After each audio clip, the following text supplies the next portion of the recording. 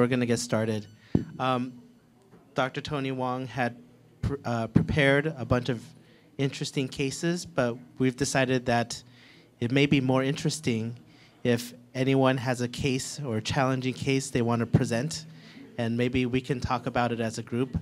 If there's any interest in doing so, we could do that. If not, then we'll go and move forward with the cases that are prepared.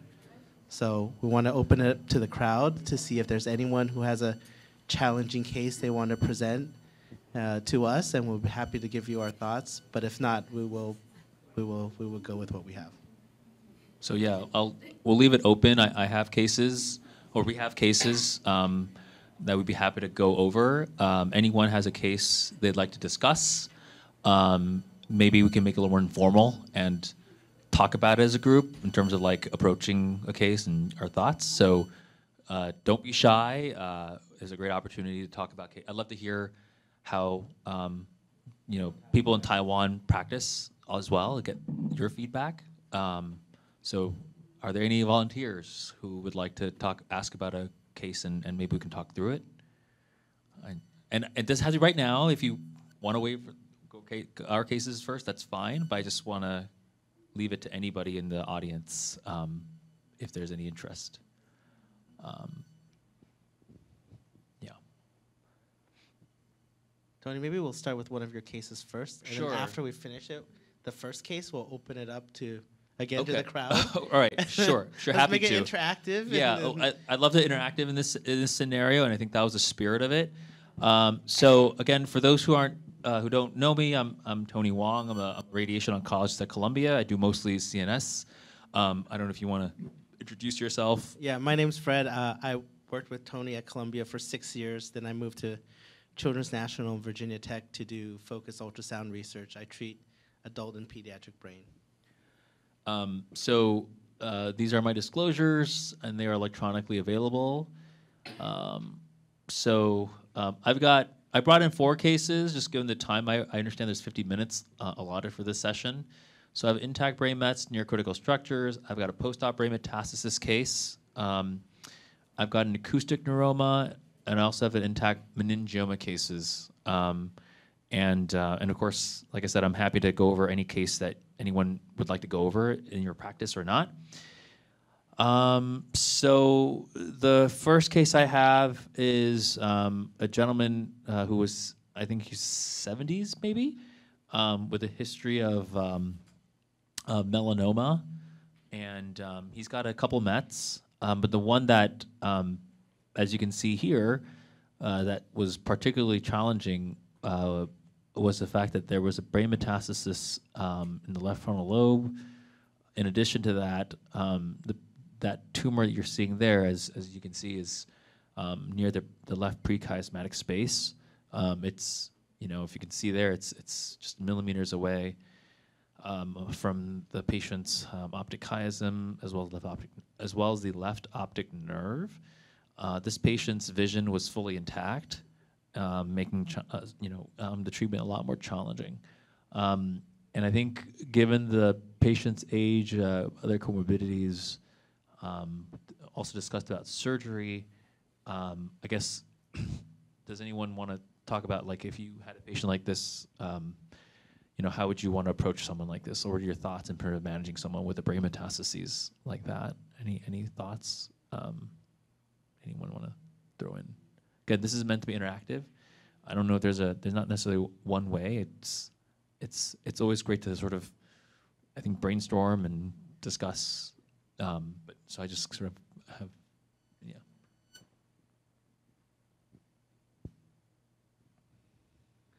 Let me ask you a question. Sure. So, wonderful case and very challenging. So I wanted to see, at your tumor board, have you had any discussions on first maybe starting systemic therapy of some sort, whether dual checkpoint inhibitor or something to have some penetrance, to see if you could maybe get some shrinkage to get more separation? Yeah, definitely. One thing I think I didn't mention was I didn't mention anything regarding the patient's molecular markers, the type of melanoma the patient has. So if my oncologist felt that there was a targetable drug that may help shrink this melanoma, I would certainly definitely consider it. So yes, we have a brain metastasis tumor board every week, where we go over cases like this with oncology, neurosurgery, neuro-oncology, neuroradiology, and something like this would have been up for discussion. I suspect what we would have done was discuss about radiation options, but also systemic therapy options as well. And then I guess one would argue potentially surgical options in this location for that age. So yeah, that's great. Dr. Tony Wang, another question for you. As we talk about your recommendation and your treatment strategy moving forward, can you describe to the crowd a little bit about what technologies you have at Columbia that may lead to your decision of how to move forward? Yeah. So I mean, our SRS platform, we use the Gamma knife. We've been using it for over 2 decades. But any other radiosurgical platform, I think would be reasonable here. We also have obviously linear accelerators as well, potentially as well as for these kind of situations, at least for the radiation side. So for me, in this kind of a case, I would be considering some form of radiosurgery, or that be single or fractionated, depending on what I can constrain for the organs at risk.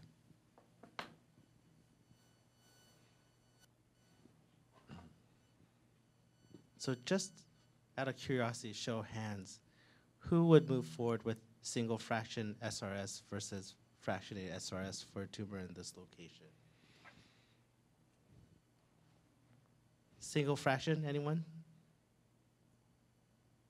Fractionated SRS of some sort?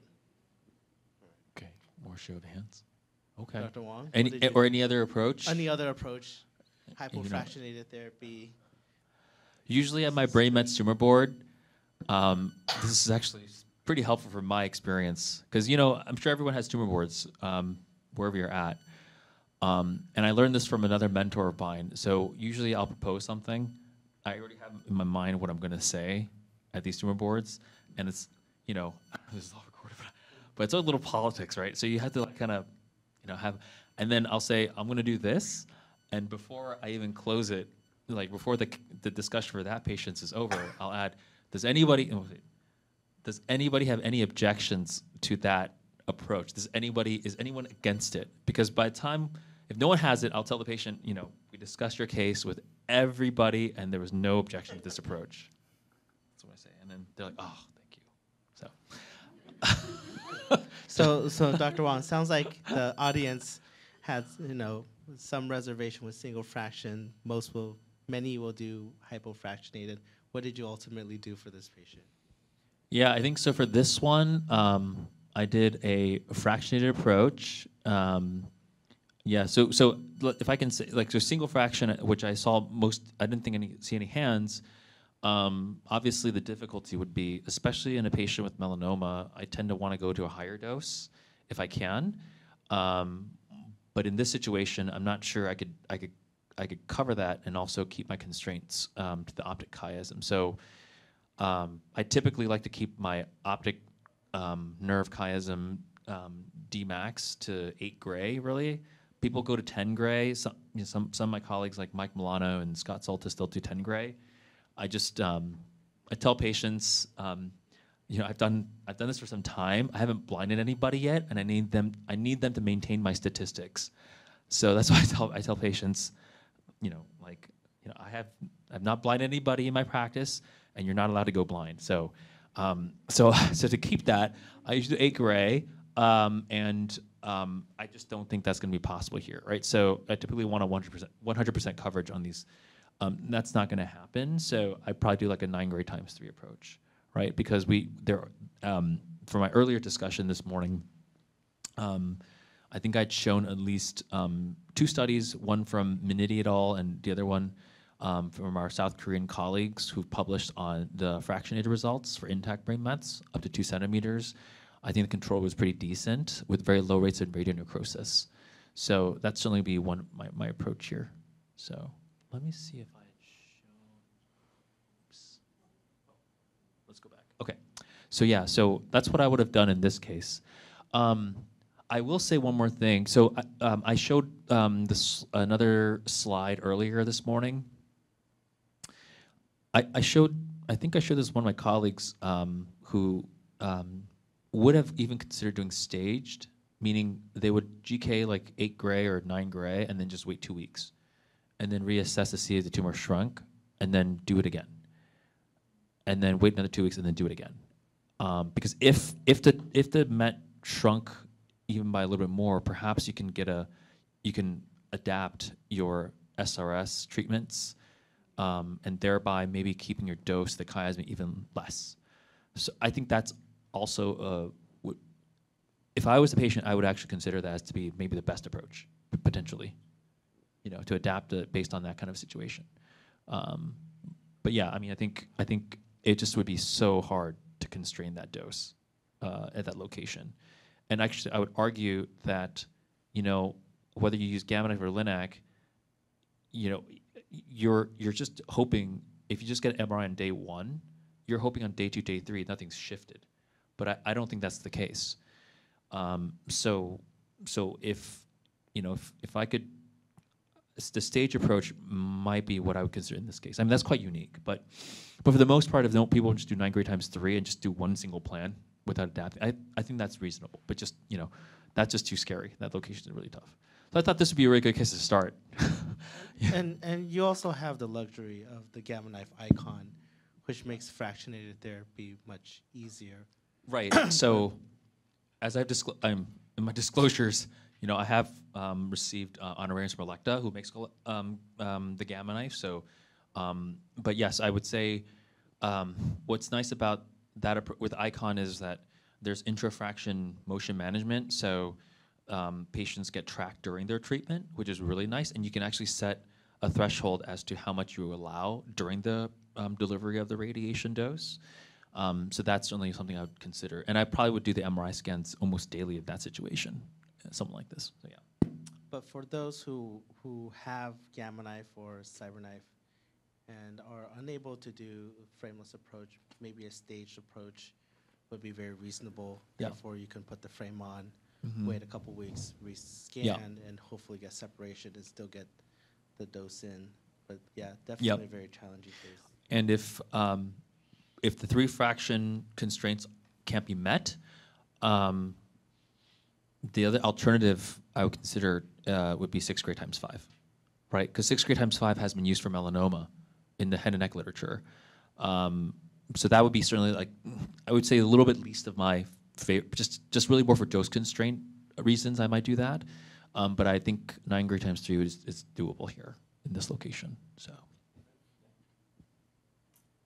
Oh. Anyone would do anything different? Very open to recommendations. All right. Would you use the proton? Do you want to talk about your? I have protons in the place that I practice. I would not use protons for a few reasons. One, I always think that end beam range uncertainty is always very scary, especially with the optic structures. And 2, even with protons, the conformality is not as sharp as, say, a photon-based plan. So I feel like if I had the luxury of SRS device like Gamma knife, where the dose fall off is quite sharp, I would favor using Gamma knife approach. Yeah. But our proton research, we equip the technique with the block. Oh, okay, very nice. Yeah. Yeah. Oh, very nice. Yeah, so I think it's all to what your comfortability is. Mm-hmm. Unfortunately, we don't have that, where I'm at, but we do have, CyberKnife and Gamma knife, so I would feel a lot more comfortable with that. But I think it all depends on how, as long as you're thinking about the case in the right way, and you can create that separation and control, I think it's all reasonable. Well, I guess, what dose would you do with protons in this situation if you think you can achieve it in your practice? Would you single frac or fractionate it? Or? We use hypofractionate. 8 gray for 3 times or 9 gray for 3 times. Yeah. Okay, yeah, that sounds good. Yeah, I was considering 9.3, or if I don't think I can achieve my constraints, I guess 6.5. But yeah, that's, and then try to keep this under 25. That's, I think, doable. It's like a 2 millimeter separation, so I think that's doable. Yeah, that's great. Sometimes we do the SIB in this kind of situation. Yeah. When the tumor grows to the upper chiasm, we will load down the dose near the It's just like cold spot a little bit there. Yeah, yeah, I do that too. Yeah, I agree. Yeah, this is tough. Or I'll just tell like my med-onc to like see if they can give some systemic and see if it shrinks a little bit possibly, because melanomas, if they're lucky, it'll respond to dual checkpoint inhibitors, hopefully. Great discussion. That's wonderful. Anyone else want to comment? I just have some questions because I have little experience on the gamma knife. So I wonder, could you elaborate more on why use a frame with only the first fraction? Oh, and I'm sorry. Yeah. So frameless. this patient had other metastases. Yeah. So so for the first day, I can at that same fraction just treat everything else with 20 gray or 22 gray, and then for this one I could just hypofractionate it. I don't know if it makes sense. I think, I don't know if it was just this. There could have been other spots as well, but that's why I framed it the first fraction and then just fractionate the rest. Yeah, great question. Thank you. Yeah. So want to open this up again to the crowd to see if anyone has an interesting case they want to talk about. If not, we will move on to another challenging case. Right, I can say next slide if you want to move to the next slide, because the remote controller's out of batteries. If you don't mind. Sorry. I have a case, but I don't know if it's interesting or not. Please. Yeah. It's interesting. It's interesting to me. It's very interesting. I find my cases. Yeah, we don't want to talk about Dr. Tony Wang. Yeah, no one. Who cares about Mike? Who wants to talk about post-op? Yeah, let's talk about Yeah. you. Actually, I just wonder what's your guys' take on the intradural MPNST, like Malignant. Okay. spine, Peripheral sheath tumor for spine tumors. You're saying? Yes. Okay. Intradural MPNST. Yeah. Yeah, and how would you contour your CTV? If it's post-op, how would you contour your CTV age and So. and prescription? I guess. And what age of the patient roughly? I think it's 72. 72. Okay. Decent performance status. Yes. And what area of the spine are you talking about here? T5. Okay. And just T5? Yes, just T5. And you said it was located just intradurally? Yes. Okay. And Post-op with residual tumor. And the tumor is initially like 2 centimeter in maximum diameter. Yeah. and how much residual disease remains? Maybe still 2 centimeter. Okay. Yes, he had done the post-op MRI. Yeah, so Right. I know. Okay. So, okay, and is there any separation from the cord or the cauda at all? Yes, I can see that on the post-op MRI. Yes. A little bit of room, perhaps. Yes. Okay. Okay. Yes. Intradural. sorry. Intradural, yeah, Intradural. yeah. Intradural. Yeah, yeah. Because I was gonna say, I mean, my experience with malignant peripheral nerve sheath tumors is that they tend to be quite aggressive, unfortunately. So, I think my bias is the higher dose you can give for that, the better, because if that progresses, chances are the patient's prognosis is going to be very short. So, if I can be as aggressive as possible, I think I'll try to do that. I'm not as familiar with SBRT data for that. I'm not against it. I don't have the images, but it sounds like you have a little bit of room away from the tumor and the cord. I don't know if you constrain to thecal sac or if you just do a cord PRV. I don't know what your practice is here, generally in terms of your OAR constraints when you do spine radiation therapy. Do you tend to use like a thecal sac? Do you use the post-op MRI scan for your target delineation? Like how do you typically, okay. So I mean, if you were doing conventional doses, you know, I may try to push to 54 or higher. But the problem is, you know, I don't know what you're comfortable with your core constraints if you're doing conventional fractionations, right? In this case, I'm probably more comfortable going up to. You mean 60 gray prescription? Yeah, but I guess you may. I don't know if you're going to have trouble constraining your deagle sac to what you're doing 50 gray or 45. 50, what's your Tmax on that? I think it's usually 60 for conventional.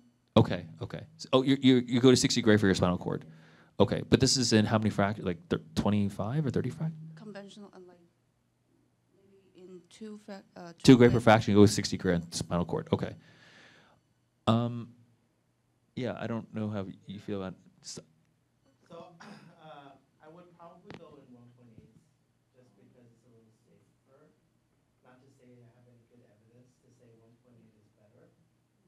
I would be like you, try to prescribe to 60 gray, but I would try to keep my cord max a little bit more conservative. So if it's a younger patient, I'd keep it to 54. But I think one can argue for an older patient. Yeah. Yeah. But I think somewhere between 54 to 60 is a reasonable. Yeah, I'm probably a little more conservative with the core dose as well. Like, I agree. I'm probably more like 54. I haven't done 60 on the cord yet. I mean, like in terms of constraints. If you can, or you can just sort of cold spot, or I would consider cold spotting the area to no more than 54, and then everything else just, you know, go as high as you can. That certainly would be reasonable. I mean, is this patient's neurologically intact? Any neurological deficits? Any weakness, numbness on the legs? Does he have any neuro? Yes, already. He already presented with lower limb like weakness. Okay. Before the surgery, yeah. Before surgery, and then after surgery is this? Not recovered yet. Okay. Is it like 0 out of 5, or is it like? Maybe like 2. Okay, so still somewhat intact. Yes. Okay. Yeah, I mean, bladder bowel control is okay. Yes. Yeah, I mean, so I think it's sort of like that balance between going up to 54, 60 gray. Like I personally haven't done that. Although that's why I was asking Fred because, you know, not to say you're a little more comfortable with higher doses than I am, but I think for some cases, but I think 60 gray. You just, yeah, I think I'd do 55 or either 54 SIB and just 60 everything else, or even high if you can. That probably sounds reasonable. If that's just how I'd approach it. Again, I haven't seen the case through division, but that's. I mean, it sounds like you have a tough case. That's Thank you. Yeah, you're welcome.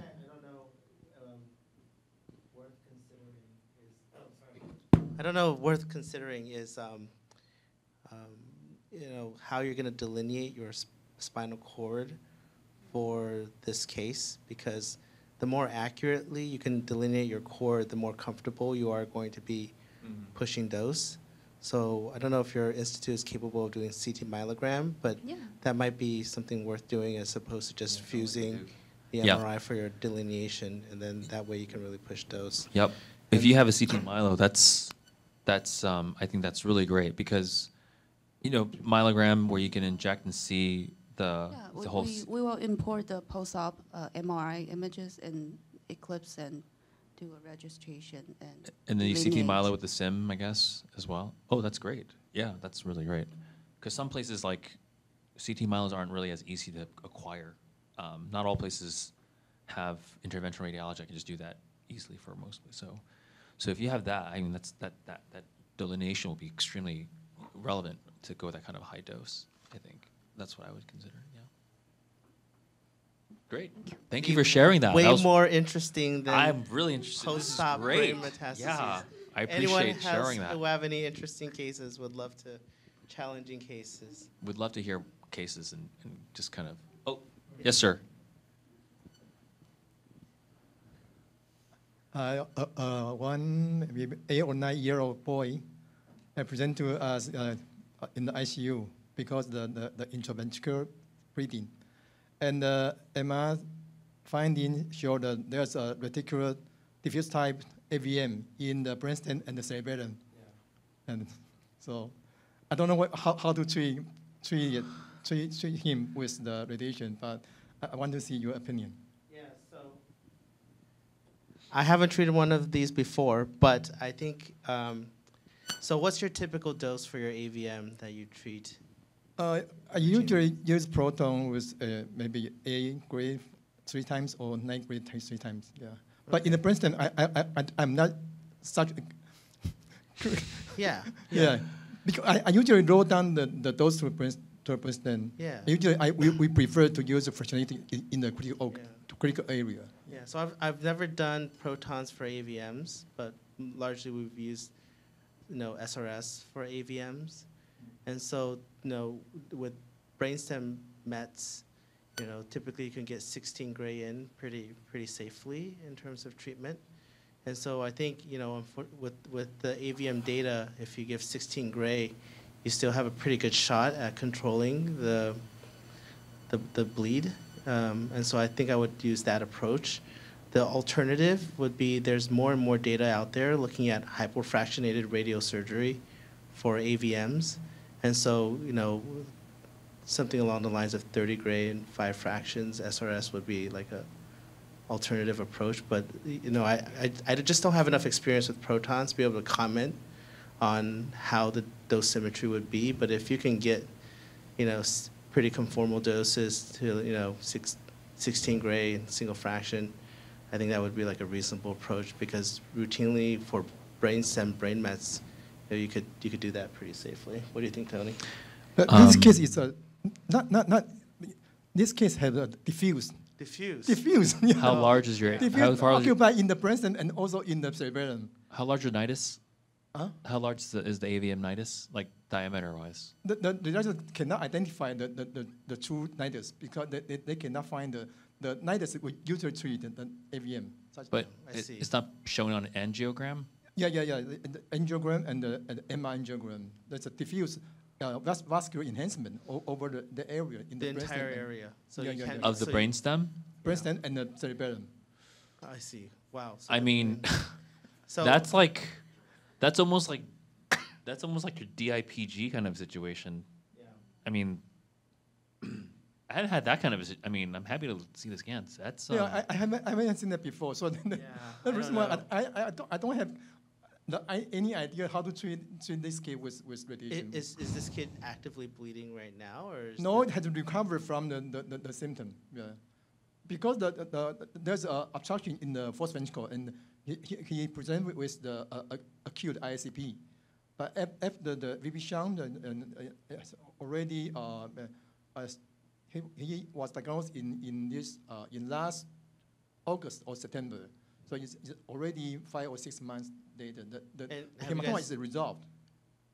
Oh, the bleeding resolved. Yeah. And do you have a repeat angio? Would repeat the MR angio. The vascular state is the same. Is the same. And Yeah. And they still can't identify the nidus. Yeah. I mean, the stakes are so high Yeah. in a case like that unless you know for sure what you're going to target, I just feel like the risks are insanely high in this kind of a case. That I can't believe I don't even know how I would even be comfortable treating without knowing there's a target, because it sounds like this is a fairly diffuse AVM that, like, if you're going to go in, you're going to treat it. No. You're only going to be successful if you obliterate it. Right. Right. So. I can only do regular follow-up once a year. Yeah. Right. To check if anything changed. Yeah. Right. Right. And so if you're going to go in, if you're going to treat it, if you were going to treat, you're going to have to either treat it all, which I just can't imagine that it's safe to do that with for if it's incorporating such a large area of the brainstem. I'm just not sure that's possible. Or you could I guess you could consider waiting and re-imaging, and hopefully you can see it. I know that's a tough one. I haven't seen it. I've had brainstem AVMs, but not to this degree of I guess. Not as large as described. Yeah, not as large as it's described. Yeah, that's a tough. Has anyone ever encountered an AVM case like this before? No, okay, I'm seeing just like what? I mean, I treat a lot of. I just haven't had a case like that before. Yeah, That's I don't have a good answer for you. I yeah. That's apologize. quite a Yeah. quite challenging. And where are you coming from? Which hospital are you at from? Oh, you're here. Okay. Wow. Oof. What were you planning to do? I would love to hear your thoughts. I have no idea. I can only arrange angio follow-up for this kid. Yeah. Yeah. What about just like a cerebral angiogram and seeing if you can, if it might help you detect what the source of the nidus, if you can. So just doing like interventional radiology angiogram and to see if you can identify perhaps the location we're going to target. He already done the angio, but Yeah. the doctor cannot do the procedure because the location is inside the brainstem. Yeah.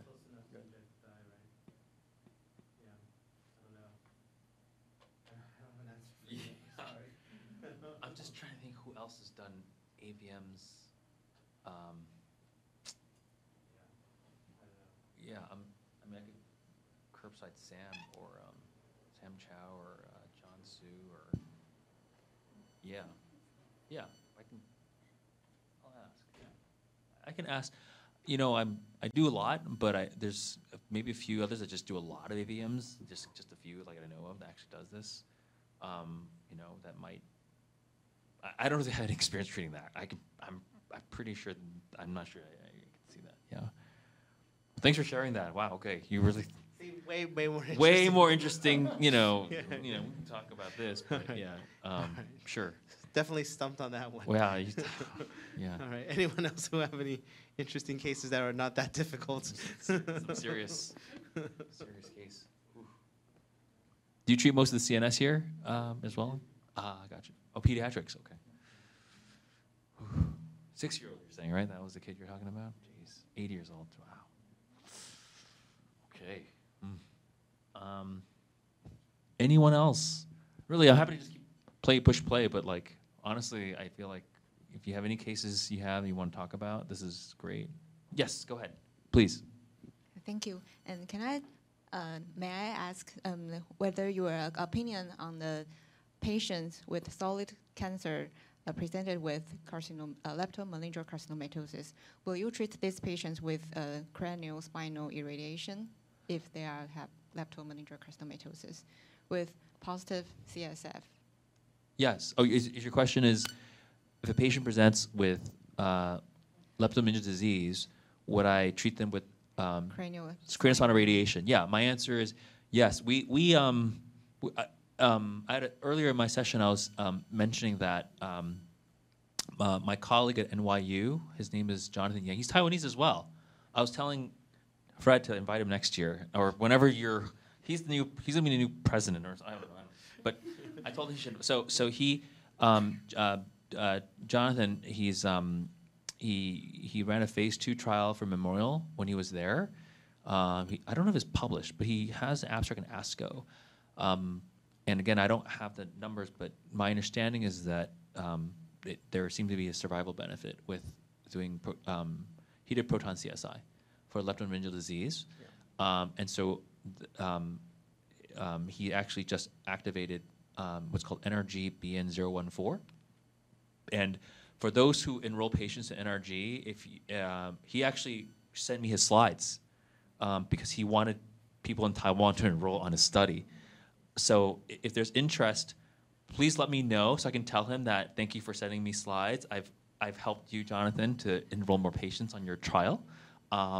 So it's a phase 3 trial randomizing patients to proton CSI versus just involved field radiation therapy.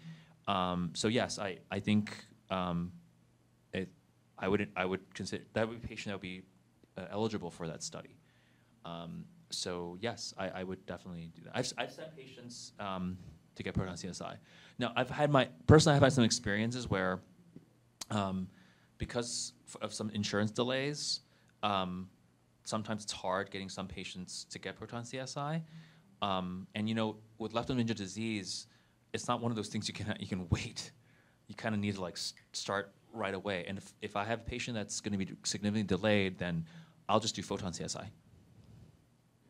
You know, it's maybe not as great, but I mean, the risk of delaying by a week or two is just not worth it, right? Because these patients are not going to last if they progress. So I don't know if you want to. Yeah, so for that phase 2 study, it was largely breast cancer, non-small cell lung cancer, leptomeningeal. And so we routinely offer it at Innova because we have protons. In America, the insurance is a big challenge. So even those phase 2 data, many a times insurance doesn't approve it. And so those are kind of the challenges that we deal with. But generally speaking, they tolerate the treatment quite well. And in terms of bang for buck, it's really the high performance patients with leptomeningeal disease that do better with CSI. And so, I think it all depends on how easy or how difficult it is to get treated, number one. And then number two, if patient's healthy and can wait, then it's definitely worth fighting for in terms of treatment. I have had patients who had leptomeningeal disease and, vertebral body disease where it is CSI, and they had like huge cytokine storms. And so it's just something to be aware of. After one first fraction, they go home, they have like fevers, rigors, and chills. But then I give them some steroids and they feel great like a half an hour later, and then I just kept them on steroids through and through. So just something to keep in mind. But yeah, we do offer it. I would add, this doesn't apply here, but as Fred was mentioning, that insurance can be quite challenging because it's not one system in the States, as it is, I guess, here. So depending on private payers or Medicare, Medicaid, or other third-party insurance companies, some with, I guess, less benefit insurance, you're going to have a lot more problems getting authorization for that. But for example, if a patient's on a clinical trial, that tends to just go straight through. So if a patient's enrolled on a trial that's a phase 3 sponsored by the NCI, that tends to actually just go straight through to proton CSI if they need to. So yeah, I know there are 4 proton centers here, right? That's what I heard.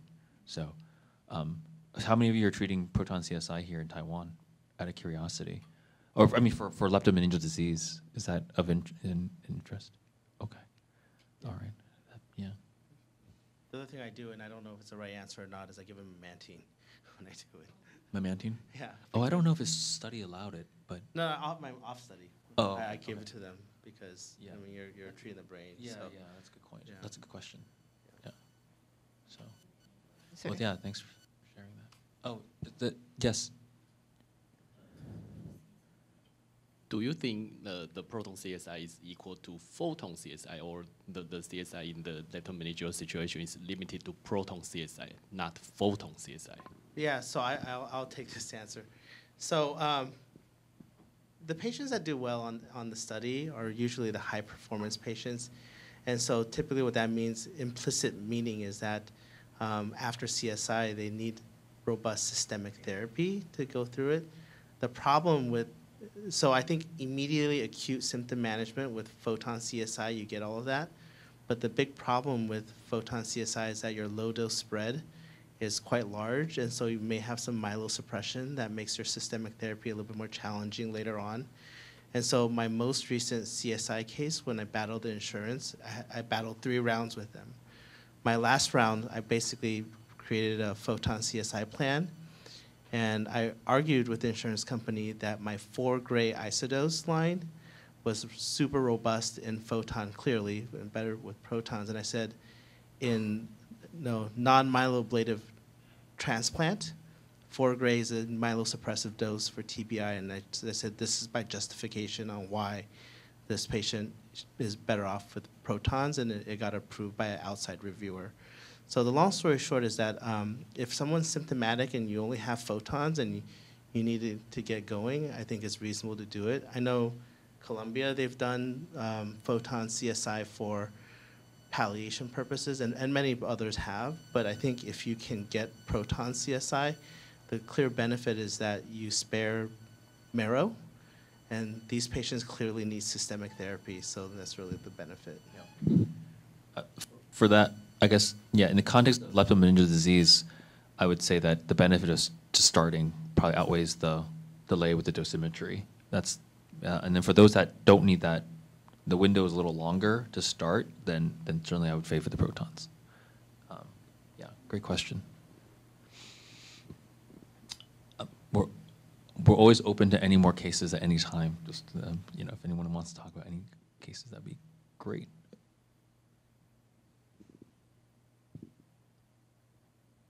All right, Dr. Tony, well, back to your very exciting Okay, cases. all right, my exciting cases.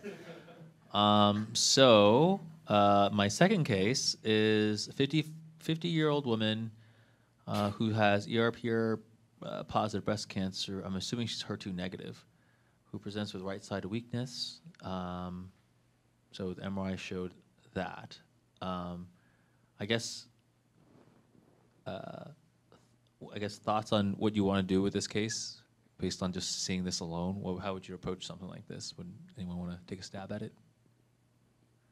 Or anyone want to make suggestions? Well, what's on your bulb? Imagine this is, I guess, BrainMet's your tumor board, and it's like, let's pop this up.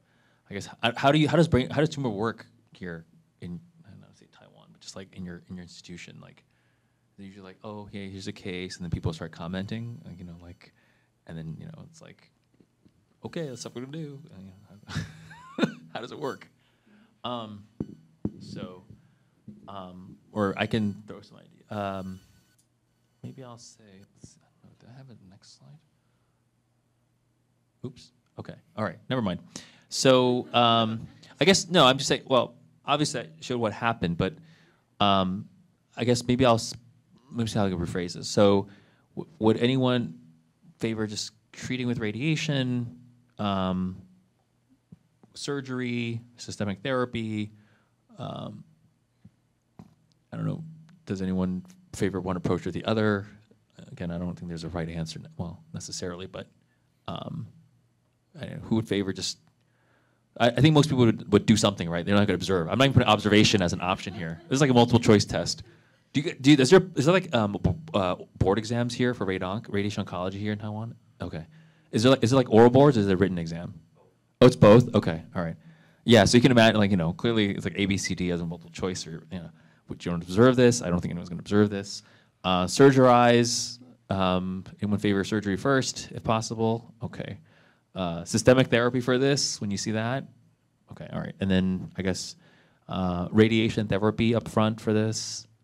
Okay, all right. I'm seeing, like, okay, great. So, yeah, so, I mean, I think in someone who's 50 years old and symptomatic with weakness, I would favor debulking.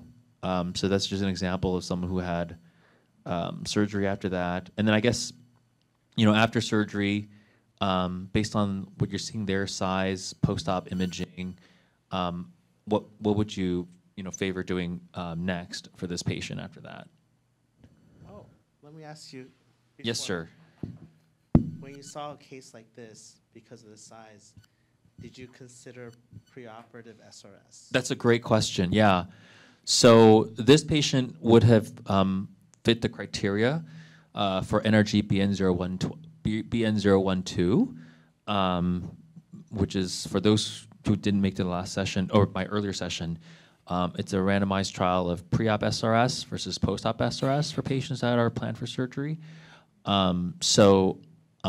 I'm sort of equivocal because obviously it's a randomized trial, and I would have presented to the patient the options of enrolling in that study. In this case, I think the patient just declined to be enrolled in the study and just went for surgery.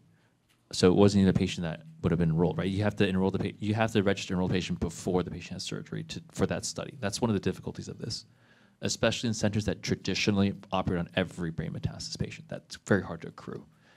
So basically, your neurosurgeon has to drink the Kool-Aid and just like take a break and pause, right? That's going to be very hard in my practice. But yes. So thoughts on sort of post-operative management after surgery. You know, a week later, this is presenting your tumor board again, right? And they're like, so, you know, what do you want to do?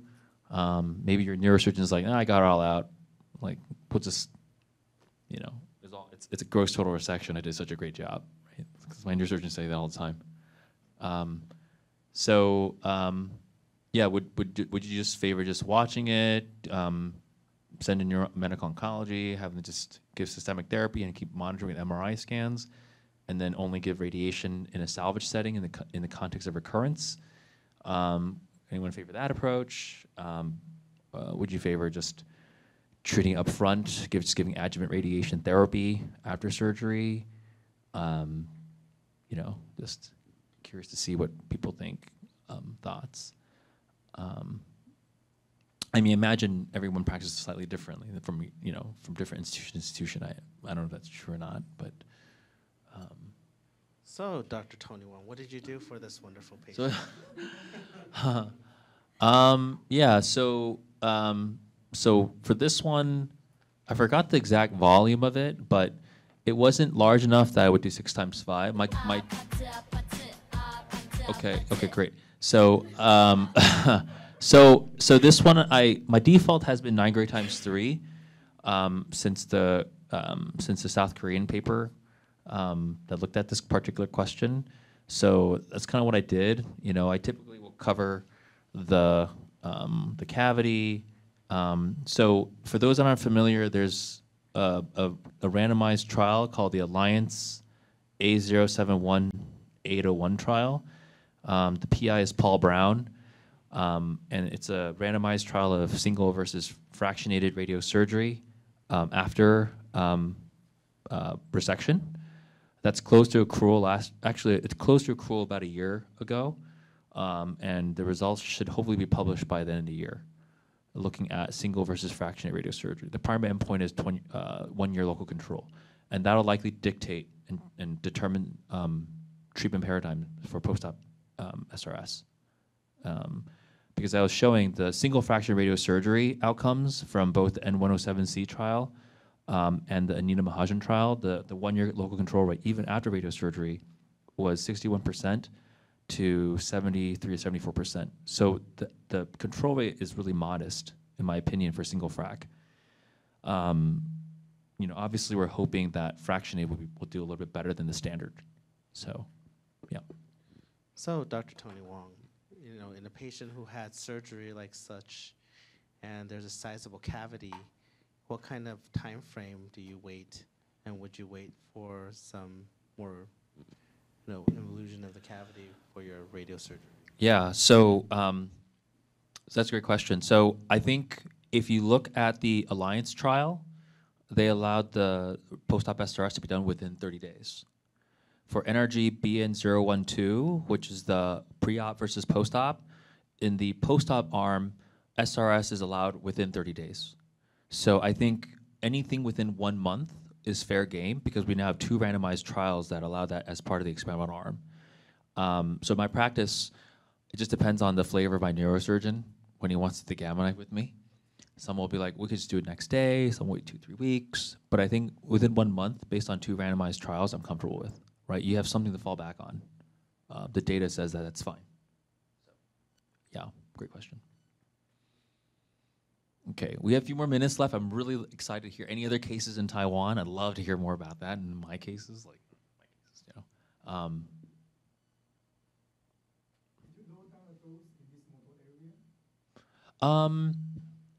Yeah, so I think the question was about dose modulation a little bit, maybe because it's in the motor cortex, perhaps. So yeah, I would consider it. I'm very comfortable with 9 Gray times 3. I have had very little complications for that. If it was intact brain mets, let's just say that it was like this guy and didn't want surgery, you know, would I do 9 Gray times 3? I might be a little bit nervous, actually. Would I drop it down a little bit, either 8.3 or 6.5? I might do that if the patient wasn't going for surgery. With a cavity, I'm a little more comfortable. It's just my bias. You know, I would say though, if I was gonna do if I saw a patient like this and they didn't want surgery, I would convince them to get surgery. I would say, you look like you need to be enrolled on NRG BN012. You need me to give you radiation up front and then just have my neurosurgeon take care of it after that. That's what I would say. But if you get randomized post-op, you know, so this would have been a perfect question. I do believe in that the question about the people who believe in pre-op SRS, that is it possible that if you do post-op SRS, there's a higher potential rate of leptomeningeal failure? That worries me. right? And I think that's really surgical dependent, because after you contaminate that area, you know, you're hoping you're going to have low control, but you can't control the that's the end. But you can't control the you have to account for any other areas of disease progression that you can't see microscopically. So yeah. Anyway, to your question, I would probably lower my dose for intact. For post-op, I'm very comfortable. I think 9 cryptopsy is very, very, very doable with very little. You know, I think from my experience, the side effects have been low. That's a great question. Yes. Sorry. Sometimes we will see the post-op MRI with some meningeal enhancement, and it may be a little bit longer than you expected. Yeah, like maybe a little bit of enhancement along. Yeah. And yeah. Do we need to cover? I would. Yeah. The Alliance A071801 trial requires you to, with a margin. So if you want to be a purist in a phase 3 data, I don't know if you have the atlas for that. If you don't, I'm happy to share it with you. It actually it tells you, you just follow the protocol. If you see, I would cover that, right? Because if the patient fails there, I mean, the prognosis can be quite drastic. So if I were the patient, I would be aggressive and just treat the lining of it. I think the risks are low. Yeah, great question. Yeah, I agree. Great. I think that's all we have for today. But we're happy to take any more cases. We can stay a little bit longer because I think talking through challenging cases, frankly, is more interesting. Yeah, then they hear me talk about my cases. I mean, yeah. But if not, you know, we're happy to adjourn and go listen to the closing remarks. Yeah. Well, thanks everybody for coming. Appreciate it. Great. Thank you.